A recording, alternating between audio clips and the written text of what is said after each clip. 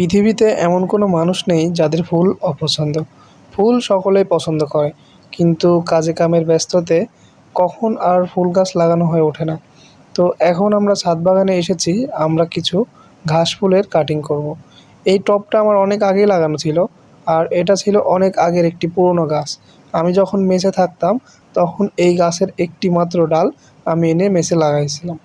তো এটা আমি আবার যখন এখানে আসছি, আসার পরে এই গাছটি এখানে ছিল। শীতের টাইমে একদম প্রায় একদম অগোছালোভাবেই পড়েছিল। এটা কোনোরকম মাত্র বেঁচেছিল।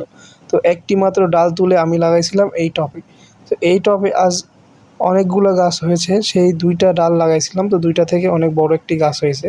তো এখান থেকে কাটিং করে আমি আজকে লাগাচ্ছি। এই টব একদম পুরোপুরি ফুলফিল করে দেব। তো আজকে আমি লাগাচ্ছি ফার্স্টে এই ফুলটি। এটা হলো ঘাস ফুল। এই ফুল গাছটার কি অনেক যত্ন করা লাগে না, একদম অযত্নেই হয়ে থাকে। এটা গরমের টাইমে এটা ফেলে রাখলেই হয়ে থাকে। শুধুমাত্র পানি দিলে আর ভালো একটি আলো বাতাস রৌদ্র জায়গায় রাখলে এটা অনেক সুন্দর ফুল হয়। ফুলগুলো দেখতেও অনেক ভালো লাগে। আর এটা ফোটে সকালে, আপনারা সবাই হয়তো জানেন। এটা অনেক টাইমলি ফোটে। আর এটা আমার খুব পছন্দের একটি ফুল।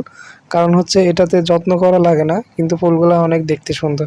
তো আমি এখন এটা লাগানো কমপ্লিট। আমি এখন এখানে পানি দিয়ে দিব, কারণ বৃষ্টির আশায় থাকলে হবে না, এটা পানি দিয়ে দিব। আমি হয়তো পরের কোনো একটি ভিডিওতে এই ফুল গাছ নিয়ে আবার আসবো, এটার আপডেট খবর দিতে। হয়তো ২-৪ দিনের ভিতরে এটার আপডেট খবর দিতে আসবো। আপনারা সবাই ভিডিওটি লাইক করবেন, শেয়ার করবেন আর ফলো করবেন। ধন্যবাদ সবাইকে ভিডিওটি শেষ পর্যন্ত দেখা।